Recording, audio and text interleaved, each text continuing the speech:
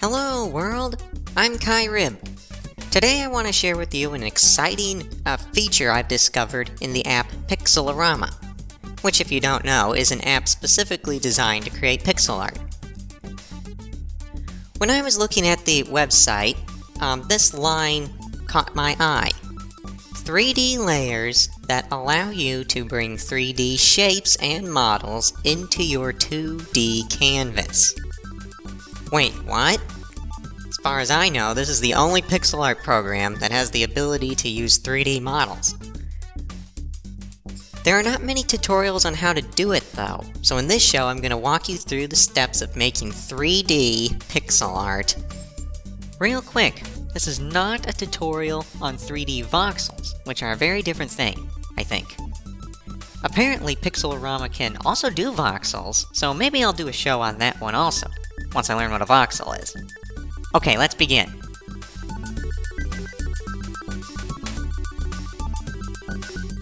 Start by opening a brand new project. I'm naming mine 3D Pixel Art.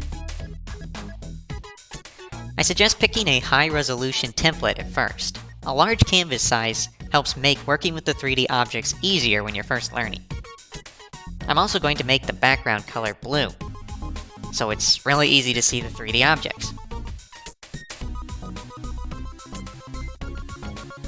Okay, now we're ready.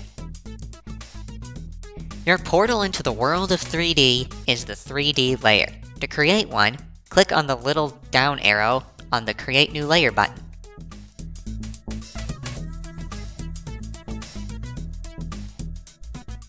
Select the 3D layer option. A couple big things change when you are on a 3D layer. First, you should notice the small light source. Most of the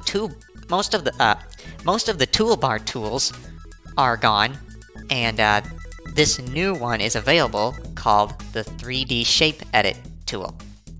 This is the tool that you can use to manipulate all the aspects of a 3D model. Over in the Tool Settings panel, you can see all the options for this tool. Let's go through all these options carefully. The top one is Selected Objects, which is how you see which object is currently selected. You can either click on the object in the canvas or pick it out of this list. If none is picked, you have options to change basic things about the scene, like the camera and environment. You can change the field of view and rotation of the camera.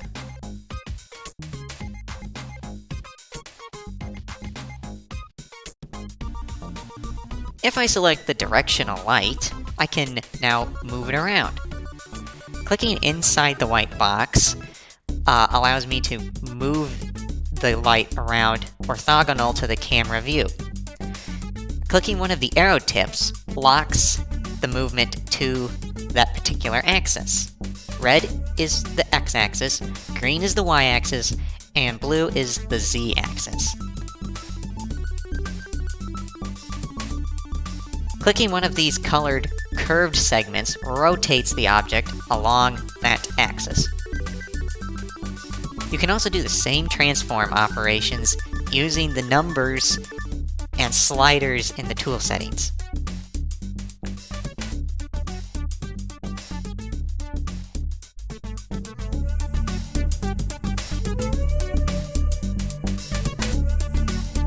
A blank scene is no fun, so let's now add some objects. Do that by clicking the aptly labeled button Add New Object. There are a lot of objects to choose from. Let's do a sphere to start with. Wow, there it is! To grab the sphere, just click on it, or select it from the drop-down list of objects. We can move it around. One thing I didn't show before with the light is the scale transform. Clicking and dragging on the little ball here will scale the object only along that axis. Clicking on this little chain icon will lock the scale ratio, and the object will now scale equally on all axes.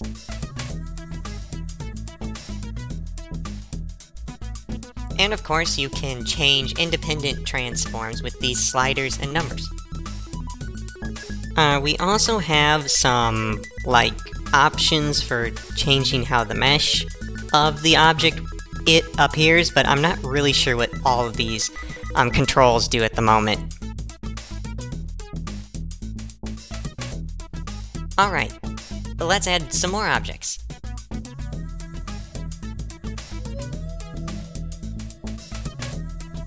It can be hard to select an object if there are two perfectly on top of each other. Just move one out of the way first. My favorite is the donut. Yes, I know it is actually called a torus, but donut sounds more fun. Rotating the light will change how the shadows fall on the objects. To remove an object from the scene, select it and remove it with the Remove Object button.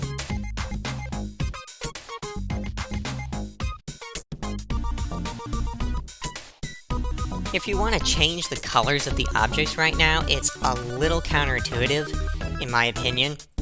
You have to change the color of the light, not of the object. So click on the light to select it and change the color.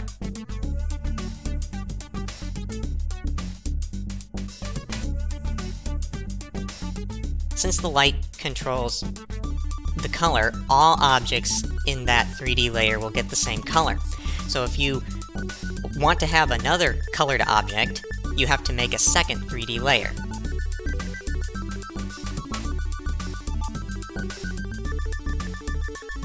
In the second layer, add the object and change the light color.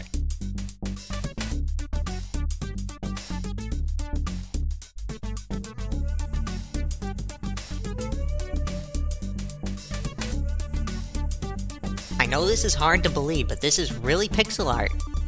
If you zoom in, you can see that it's not a 3D object, it's pixelated. It's pretty super.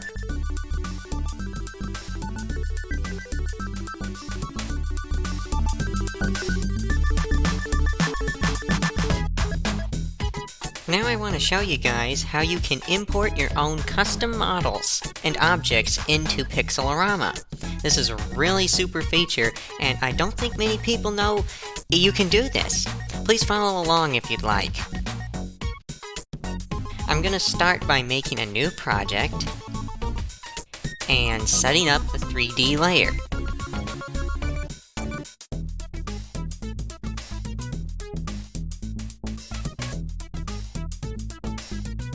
I recently made a pirate sword in Blender that I can use.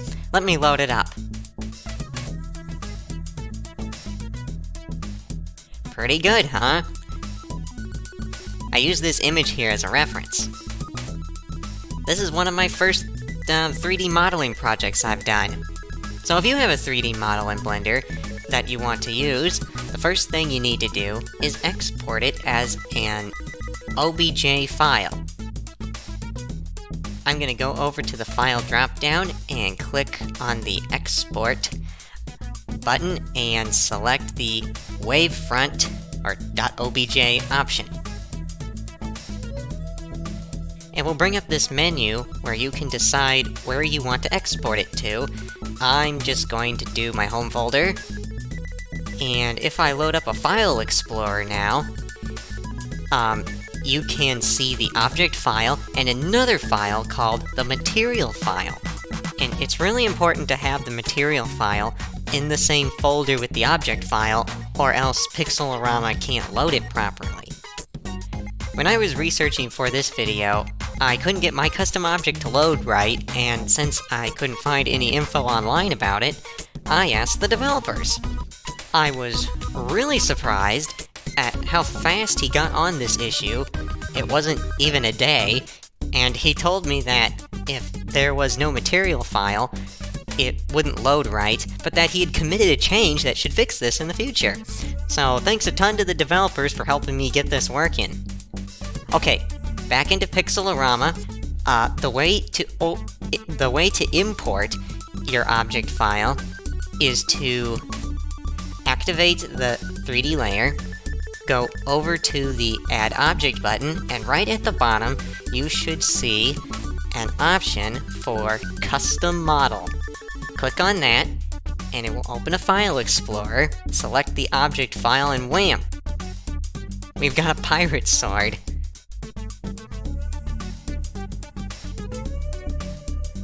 This is really super.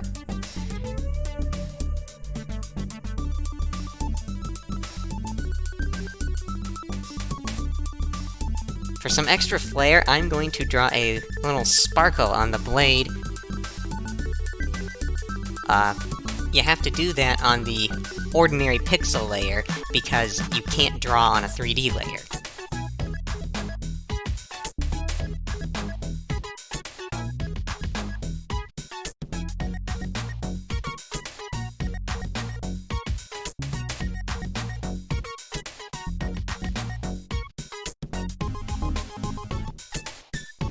I don't think I could make a sword this good if I had tried drawing it from scratch.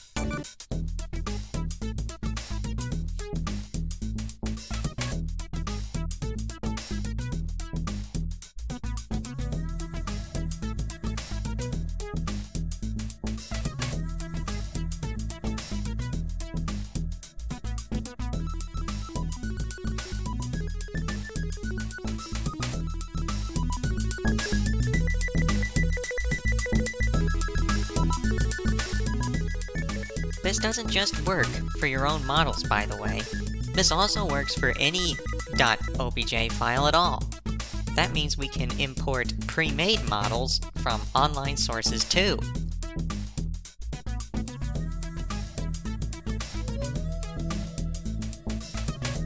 I was browsing on the website free3d.com and found this free-to-use model of a castle.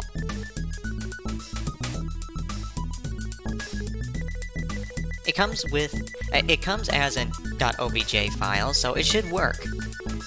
I'm going to download it.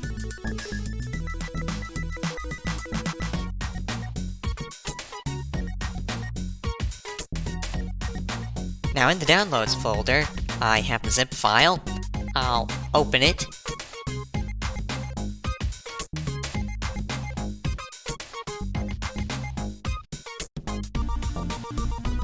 And extract only the object file and the material file to my home folder.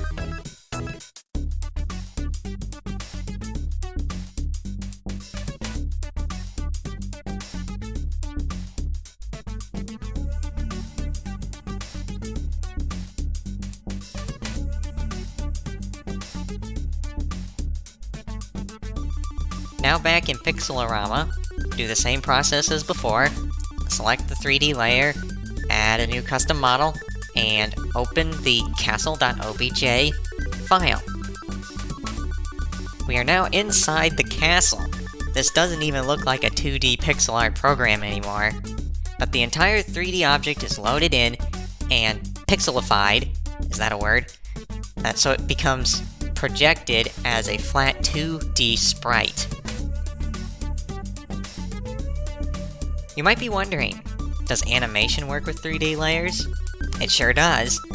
It works just like any other frame-by-frame animation style. I'm going to clone the first frame and zoom in a little.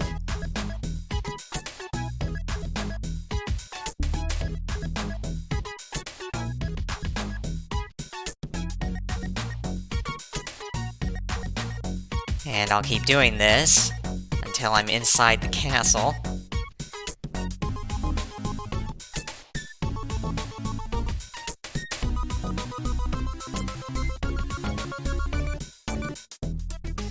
You know, to make a pixel art animation like this would probably take weeks. Or if you're like me, so long that I'd probably lose interest and it wouldn't even look even close to being as realistic as this one is.